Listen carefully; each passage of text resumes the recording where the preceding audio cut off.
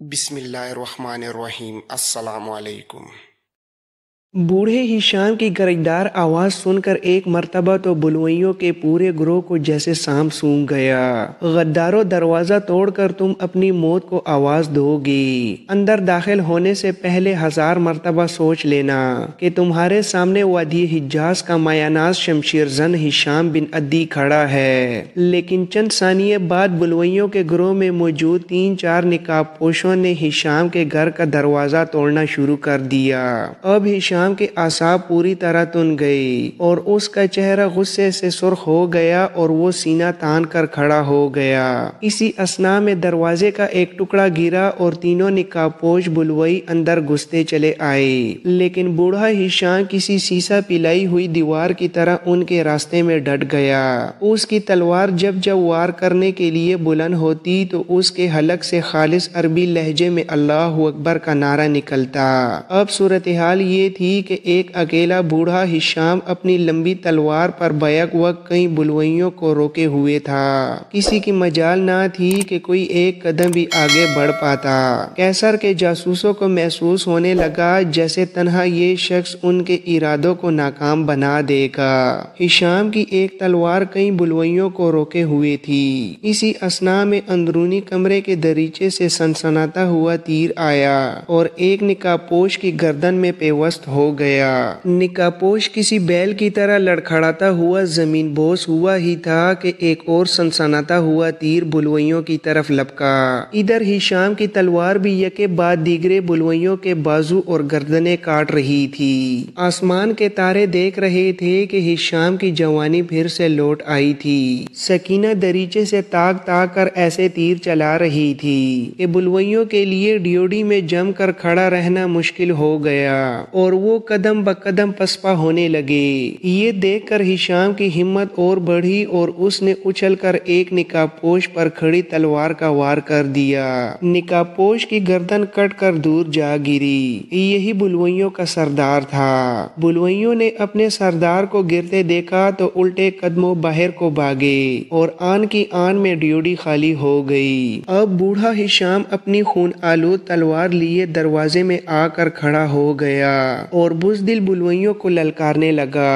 آج اس نے شمشیر زنی کے وہ جوہر دکھائے تھے کہ اگر اس کے بیٹے اسے لڑتا ہوا دیکھ لیتے تو اب بھی اس کی مہارت کا لوہا مان جاتے، لیکن بلوئیوں کا خطرہ ابھی دور نہیں ہوا تھا۔ ہشام نے گرے ہوئے دروازے کے ٹکڑے کو اٹھا کر پھر اسی جگہ پھنسا دیا جہاں سے وہ گرا تھا اور گھر کے دروازے کو اسی طرح مکمل طور پر بند کر دیا۔ ابھی ہشام پوری طرح مطمئن نہیں تھا، چنانچہ اس نے مہلت ملتے ہی اہل خانہ کو پڑوسیوں کے ہاں منتقل کرنے کا ارادہ کیا تاکہ اگر بلوئی دوبارہ حملہ آور ہو تو گھر کی خواتین اور بچے محفوظ رہ سکیں۔ لیکن سکینہ نے اپنا مورچہ چھوڑنے سے انکار کر دیا اور کہا، ابا جان، میں آپ کے شانہ بشانہ دشمن کا مقابلہ کروں گی۔ ہم امی جان اور غزالہ کی خادمہ کو ہمسائیوں کے گھر میں بھیج دیتے ہیں۔ بچے اور ہشام کی بیوی اب نیچے اتر آئے تھے، لیکن ان کے چہروں پر خوف کی زردی چھا گئی تھی۔ ہشام کو یہ اچھا نہ لگا تو اس نے عمر اور علی سے مخاطب ہو کر کہا، عمر اور علی، ڈرنے کی کوئی ضرورت نہیں۔ دیکھو، تمہارے بوڑھے دادا نے سارے دشمنوں کو بھگا دیا۔ یاد رکھو، شیر کی ایک دن کی زندگی گیدڑ کی 100 سالہ زندگی سے بہتر ہے۔ بچوں کو دادا کی بات سے حوصلہ ملا نہ ملا، لیکن وہ اگلے چند لمحوں میں پڑوس کے گھر منتقل ہو چکے تھے۔ ان کے پڑوس میں بھی بوڑھے سالار کا گھر تھا۔ بوڑھا سالار مر چکا تھا، لیکن اس کے گھر کی خواتین اور ایک بیٹا یہاں رہتے تھے۔ گھر میں اس وقت ان کے علاوہ صرف ایک خادم تھا۔ ہشام نے اسے عجلت میں کچھ باتیں بتائیں اور اپنے استبل سے ایک عمدہ گھوڑا دے کر کسی جانب روانہ کر دیا۔ گلی خالی تھی اور بلوئی جا چکے تھے، لیکن ان کی واپسی کا خطرہ موجود تھا۔ گلیوں اور اور بازاروں میں جگہ جگہ بغاوت، فسادات اور آتش بازی نہ ہوتی تو ہشام بھی کسی نہ کسی جانب چل پڑتا، لیکن ادرنہ شہر تو کربلا کا سما پیش کر رہا تھا۔ چنانچہ ہشام نے اپنے شہر میں رہ کر دشمن کا مقابلہ کرنا ہی مناسب سمجھا۔ ادھر سلیم پاشا کو جب یہ خبر ملی کہ قاسم اور طاہر کے بوڑھے باپ نے باغیوں کے دستے کے دانت کھٹے کر دیے ہیں تو وہ پیچ و تاب کھا کر رہ گیا۔ اسے بے حد غصہ آیا اور اپنے باغیوں کو بری طرح ڈانٹنے لگا۔ وہ قاسم کی عدم موجودگی سے پورا فائدہ اٹھانا چاہتا تھا، چنانچہ وہ ناکامی کی خبر ملتے ہی فوراً اٹھا اور اپنا چہرہ چھپا کر خود اس شیطانی مشن کی تعمیل کے لیے چل کھڑا ہوا۔ اس مرتبہ اس کے ہمراہ بلوئی نہیں تھے بلکہ ینیچری کے بہترین تلوار باز تھے اور یہ لوگ گھوڑوں پر سوار تھے۔ وہ ہر حال میں قاسم کو صدمہ پہنچا کر مفلوج کرنا چاہتا تھا۔ گھڑ سواروں کا یہ دستہ تیزی کے ساتھ قاسم کے محلے کی طرف اڑا چلا جا رہا تھا۔ بوڑھا ہشام ابھی تک پچھلی لڑائی کی تھکن بھی دور نہیں کر سکا تھا کہ سلیم پاشا کا نقاب پوش دستہ دروازے کا بٹ گراتا ہوا اندھا دھند اندر داخل ہوا۔ ہشام نے حسب سابق ان کا مقابلہ ڈیوڑی میں ہی کیا اور سکینہ نے بھی کمان پر سے تیر چھوڑ دیا۔ اس مرتبہ شاید قسمت بوڑھے ہشام کا ساتھ دینے سے انکار کر چکی تھی۔ اس نے ان کا جان توڑ مقابلہ کیا۔ پے در پے 3 بہترین سپاہی واصل جہنم کر دیے۔ سکینہ کی کمان سے بھی کئی سپاہی زخمی ہوئے، لیکن سپاہیوں کی تعداد زیادہ تھی اور ہشام کے بازوؤں میں سکت ختم ہو چکی تھی۔ بلا آخر بوڑھے ہشام کی تلوار دشمن کے وار روکنے میں ناکام ہو گئی اور بوڑھا عرب شمشیر زن آخری دم تک مردانہ وار لڑتا ہوا شہید ہو گیا۔ ہشام کے گرتے ہی سلیم پاشا کے دہشت گرد پورے مکان میں پھیل گئے۔ سلیم پاشا ابھی تک صحیح سلامت تھا۔ اس نے خود عملی طور پر ہشام کے خلاف لڑائی میں حصہ ہی نہیں لیا تھا۔ جس کمرے میں سکینہ تھی دہشت گرد اس کمرے میں داخل ہونے سے ہچکچا رہے تھے۔ سکینہ بھی اب کمان چھوڑ کر تلوار اٹھا چکی تھی۔ وہ اپنے کمرے میں دروازے کے پیچھے چھپ کر کھڑی تھی۔ دہشت گرد ہچکچاتے ہوئے کمرے میں داخل ہوئے۔ سب سے آگے ایک نقاب پوش تھا اور اس کے پیچھے سلیم پاشا تلوار سوند کر داخل ہو رہا تھا۔ وہ کمرے میں داخل ہوئے لیکن ان کی احتیاط ان کے کسی کام نہ آئی۔ سکینہ شیرنی کی طرح دروازے کے عقب سے نکلی اور جپٹ کر نقاب پوشوں پر حملہ کر دیا۔ اس نے پہلے ہی وار میں اگلے نقاب پوش کا کام تمام کر دیا اور کسی ماہر سپاہی کی طرح سلیم پاشا پر حملہ آور ہوئی۔ سلیم پاشا اس کی پھرتی اور چابک دستی دیکھ کر حیران رہ گیا۔ وہ ایک طبیب تھا، سپاہی نہیں تھا، جبکہ سکینہ ہشام کی بہو اور طاہر کی بیوی تھی۔ اس نے سکینہ کی جھپٹ پلٹ دیکھی تو ڈر کر پیچھے ہٹ گیا، لیکن اس سے پہلے کہ وہ خود کو بچا کر پوری طرح پیچھے ہٹتا سکینہ کا دیوانہ وار حملہ کام کر گیا اور سکینہ کی تلوار طبیب کے تلوار والے ہاتھ پر پڑی۔ تلوار سلیم پاشا کے دستے پر گری اور اس کے ہاتھ کی 3 انگلیاں کاٹتی ہوئی فرش سے جا ٹکرائی۔ سلیم پاشا کسی ذبح ہوتی ہوئی بکری کی طرح چیخا اور اپنا ہاتھ پکڑ کر کونے کی طرف بھاگا۔ اب وہ نہتا تھا۔ سکینہ اس کے پیچھے لپکی لیکن اس تک نہ پہنچ سکی کیونکہ عقب سے 3-4 نقاب پوشوں نے بیک وقت اس دلیر خاتون پر حملہ کر دیا تھا۔ سکینہ 3-4 تلواروں کو ایک ساتھ نہ روک سکی اور بری طرح زخمی ہو گئی۔ اس کا کندھا کٹ چکا تھا اور سر پر بھی تلوار کی کاری ضرب پڑی تھی۔ ایک دم اس کی آنکھوں کے سامنے ستارے سے ناچنے لگے اور پھر وہ بے ہوش ہو کر زمین پر گر پڑی۔ نقاب پوش اس بہادر عورت کی جانب سے مطمئن ہو کر طبیب سلیم پاشا کی مدد کو لپکے کیونکہ وہ درد کی شدت سے بری طرح لوٹ پوٹ ہو رہا تھا۔ اسی اثناء میں باقی کے حملہ آور بھی اس کمرے میں آ گئے۔ انہوں نے پورا گھر اچھی طرح چھان لیا تھا۔ گھر میں ان دونوں کے علاوہ اور کوئی نہیں تھا۔ سلیم پاشا نے درد سے کراتے ہوئے کہا، اتنی جلدی باقی لوگ کہاں جا سکتے ہیں؟ یقیناً وہ لوگ پڑوس کے مکان میں ہوں گے۔ تم فوراً آس پاس کے دونوں مکانوں پر حملہ کر دو۔ سلیم پاشا کی بات ابھی مکمل نہیں ہوئی تھی کہ باہر گلی میں دوڑتے ہوئے گھوڑوں کی آواز سنائی دی۔ یہ سب لوگ چوکنے ہو گئے اور سلیم پاشا کی چھٹی حس خطرے کا الارم دینے لگی۔ اس نے ایک لمحے کی دیر بھی مناسب نہ سمجھی اور باہر کی طرف لپکا۔ اس کے سپاہی اس کے پیچھے تھے۔ وہ گلی میں پہنچے ہی تھے کہ انہیں ایک جانب سے گھڑ سوار سپاہیوں کا ایک دستہ اسی جانب آتا دکھائی دیا۔ دستہ ان لوگوں کے سروں پر پہنچنے ہی والا تھا۔ یہ وہی لوگ تھے جنہیں بلانے کے لیے ہشام نے پڑوسیوں کے خادم کو روانہ کیا تھا۔ یہ آغا حسن کے سپاہی تھے۔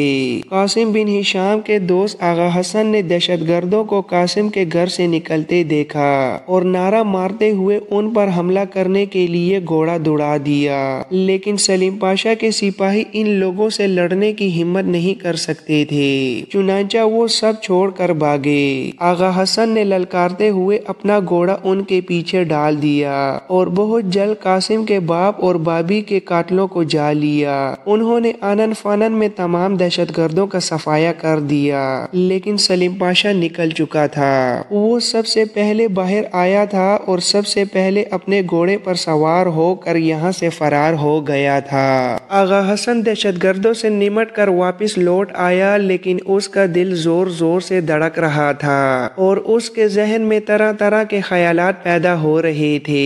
کہیں نہ کہیں قاسم کے اہل خانہ کو کوئی نقصان نہ پہنچا دیا ہو۔ یہی سوچتا ہوا وہ قاسم کے گھر میں داخل ہوا اور ڈیوڈی میں ہی اس کا دل دھک سے رہ گیا۔ قاسم کا باپ ہشام اپنی تلوار کے دستے کو مضبوطی سے پکڑے ڈیوڈی میں ہی لہو لہان پڑا تھا۔ اس کے چہرے پر بلا کا رعب تھا اور دائیں بائیں دہشت گردوں کی کئی لاشیں پڑی تھیں جنہیں اکیلے اس شخص اور اس کی بہو نے مل کر جہنم رسید کیا تھا۔ گھر میں موت کا سناٹا تھا اور ہر طرف خون کی لکیریں بہہ رہی تھیں۔ آغا حسن غمزدہ دل کے ساتھ آگے بڑھا اور ہشام کی لاش کو اٹھا لیا۔ اب وہ اندر کے کمرے کی جانب بڑھ رہا تھا۔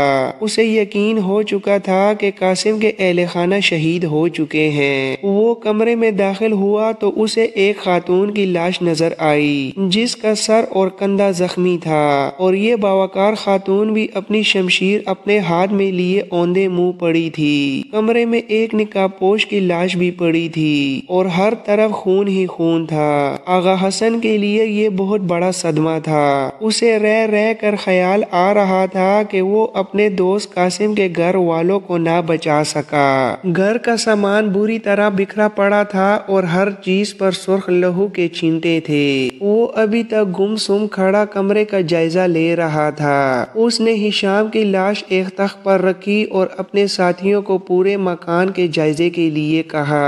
اچانک اسے ایک نسوانی قرہ سنائی دی۔ یہ غالباً سکینہ کی آواز تھی۔ وہ اچھل کر زخمی سکینہ کی جانب بھاگا، گویا خاتون ابھی تک زندہ تھی۔ وہ تیزی سے اس کے قریب پہنچا اور اوندی پڑی خاتون کو احتیاط کے ساتھ سیدھا کر دیا۔ سکینہ کی آنکھیں کھلی تھیں اور وہ ہوش میں آ چکی تھی۔ اس نے آغا حسن کو دیکھا اور مدھم سی آواز میں کچھ بڑبڑائی۔ آغا حسن نے اسے کہا، میں آغا حسن ہوں، قاسم کا دوست۔ بچے کہاں ہیں؟ اب سکینہ کے چہرے پر ایک عارفانہ سی مسکراہٹ نظر آئی۔ اس نے سر اوپر اٹھانے کی کوشش کی تو آغا حسن نے تیزی سے آگے بڑھ کر اس کا سر اپنے بازو پر رکھ لیا اور آواز دے کر اپنے ایک سپاہی سے پانی لانے کے لیے کہا۔ سکینہ حسرت بھری نظروں سے اسے دیکھ رہی تھی اور ہونٹوں سے انتہائی مدھم اور نحیف آواز میں کچھ الفاظ نکل رہے تھے۔ آپ نے پہنچنے میں دیر کر دی۔ بچے پڑوس کے گھر میں تھے۔ ہم نے خوب مقابلہ کیا۔ ابا جان شہید ہو چکے ہیں۔ وہ بہت سے نقاب پوش تھے، 2 مرتبہ حملہ آور ہوئے تھے۔ میں نے ان کے سر پر وار سے زخم۔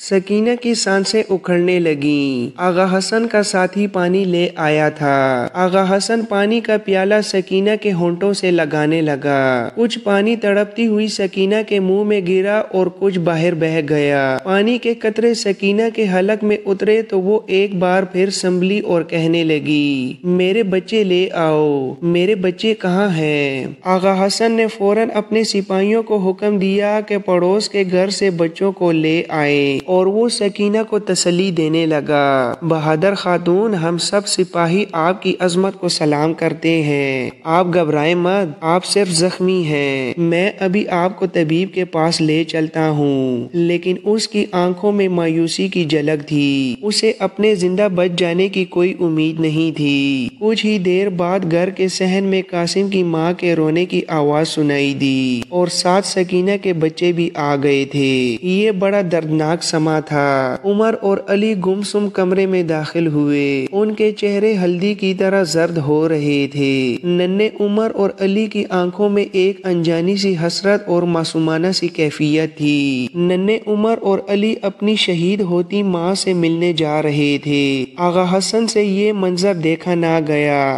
بچے ماں کے پاس آئے اور ماں کے ساتھ لگ کر بیٹھ گئے۔ قاسم کی ماں بھی روتی ہوئی کمرے میں داخل ہوئی۔ کسی خیال کے تحت آغا حسن نے اپنے سپاہیوں سے کہا، جتنی جلدی ممکن ہو سکے ایک آرام دہ بگی لے آؤ، ہم انہیں سب سے پہلے طبیب کے پاس لے چلتے ہیں۔ لیکن آغا حسن پوری طرح پر امید نہیں تھا۔ سپاہی بجلی کی طرح دوڑتے چلے گئے۔ سکینہ نے بچوں کو دیکھا تو ایک ہاتھ اٹھا کر ان کے رخساروں کو چھونے کی کوشش کی، لیکن وہ ایسا نہ کر سکی۔ اس کا اٹھا ہوا ہاتھ گر گیا اور وہ پھر بے ہوش ہو گئی۔ آج قاسم کے گھر میں قرب و بلا کا سما تھا۔ مارسی کی خادمہ ایک دہلیز میں بیٹھی سسکیاں لے کر رو رہی تھی۔ اڑوس پڑوس کے مرد و خواتین بھی یہاں آ چکے تھے۔ اس مرتبہ سکینہ پر زیادہ دیر کے لیے غشی طاری ہوئی، اتنی دیر تک کہ سپاہی بگی لے کر آ گئے اور پھر بہت ہی کم وقت میں سکینہ کو شہر کے بڑے طبیب سلیم پاشا کے مطب پر پہنچا دیا گیا۔ لیکن سلیم پاشا کا مطب بند تھا۔ آغا حسن نے کوچوان کو حکم دیا کہ وہ بگی کو سلیم پاشا کے گھر لے جائے۔ شہر میں بغاوت کی وجہ سے گلیاں اور بازار بند تھے۔ اکا دکا جو لوگ نظر آتے ان کے چہروں پر خوف و ہراس اور دہشت دکھائی دیتی۔ بلا آخر سلیم پاشا کا گھر بھی آ گیا۔ سلیم پاشا گھر پر ہی موجود تھا، لیکن اس نے ناسازی تباہ کی باعث زخمی خاتون کا علاج کرنے سے انکار کر دیا۔ اب آغا حسن کے لیے زبردستی کرنے کے سوا کوئی چارہ نہ تھا۔ اس نے اپنی تلوار نیام سے نکالی اور سلیم پاشا کے خادم سے کہا، طبیب کو فوراً بلاؤ ورنہ سپاہی گھر میں گھس کر زبردستی کریں گے۔ تم جانتے ہو شہر میں بغاوت اور افراتفری کا عالم ہے، فوراً جاؤ اور میرے حکم کی تعمیل کرو۔ خادم اندر کی طرف دوڑا۔ اسی اثنا میں سکینہ کو پھر ہوش آ گیا، لیکن اس مرتبہ اس کی سانسیں زیادہ تیزی سے اکھڑنے لگیں۔ اس کا سینہ دھونکنی کی طرح چلنے لگا، شاید اس کا آخری وقت آ پہنچا تھا۔ آغا حسن نے سکینہ کی حالت دیکھی تو بے دھڑک سلیم پاشا کے گھر میں داخل ہو گیا۔ سلیم پاشا پہلے ہی باہر کی طرف آ رہا تھا۔ اس کے دائیں ہاتھ پر بڑی سی پٹی بندھی تھی اور چہرہ ہلدی کی مانند زرد ہو رہا تھا۔ اس کے قدم بھی انتہائی سست اور پورا جسم لاغر تھا۔ آغا حسن کی دھمکی سے وہ مریضہ کو دیکھنے کے لیے چلا آیا۔ آغا حسن اسے لے کر تیزی کے ساتھ بگی میں لیٹی سکینہ کے پاس پہنچا، لیکن سکینہ کے چہرے پر نظر پڑتے ہی سلیم کے ہوش اڑ گئے۔ جو عورت اس کی آنکھوں کے سامنے مر چکی تھی وہ پھر زندہ ہو کر اس کے ہاتھوں تندرست ہونے کے لیے اس کے سامنے آ چکی تھی۔ اس کے رہے سہے حواس جاتے رہے۔ اسے ایسے لگا جیسے مریضہ نہیں بلکہ موت اس کے سر پر آ چکی ہے۔ اس غیر متوقع اور اچانک ملاقات نے اس پر سکتہ سا طاری کر دیا۔ وہ گور گور کر سکینہ کے چہرے کو دیکھ رہا تھا۔ اسی اثنا میں سکینہ کی جھکی ہوئی پلکیں اٹھیں اور اس کی نظر سلیم پاشا پر پڑی۔ اگرچہ حملے کے وقت سلیم پاشا کے چہرے پر نقاب تھا، لیکن پھر بھی اس کی آنکھیں دیکھ کر دم توڑتی ہوئی سکینہ حیرت زدہ رہ گئی۔ اس نے پوری قوت سے آنکھ کھولنے کی کوشش کی اور ہاتھ اٹھا کر انگلی کے اشارے سے سلیم پاشا سے کچھ کہنا چاہا، لیکن اسے شدت حیرت سے ایک زوردار ہچکی آئی اور اس نے دم توڑ دیا۔ آغا حسن کے لیے یہ معمہ عجیب تھا۔ اسے یوں لگا جیسے سکینہ آخری وقت میں طبیب کو کچھ بتانا چاہتی تھی۔ وہ یہ نہ سمجھ سکا کہ سکینہ طبیب کو پہچان چکی تھی۔ سکینہ نے آخری ہچکی لی تو آغا حسن کے سینے سے ایک ٹھنڈی سانس خارج ہوئی۔ وہ بے حد غمزدہ اور پریشان تھا۔ اسی پریشانی میں وہ سلیم پاشا کی حالت پر غور نہ نہ کر سکا۔ اس نے سپاہیوں کو سکینہ کی لاش کو لے جانے کا حکم دیا اور خود سر جھکائے پیچھے پیچھے چلنے لگا۔ قاسم اور طاہر واپس لوٹے تو ان کی دنیا تاریک ہو چکی تھی۔ ان کا ہنستا بستا گھر شام غریباں کا منظر پیش کر رہا تھا۔ ان کا بہادر اور شفیق باپ منو مٹی تلے دفن تھا اور طاہر کی رفیق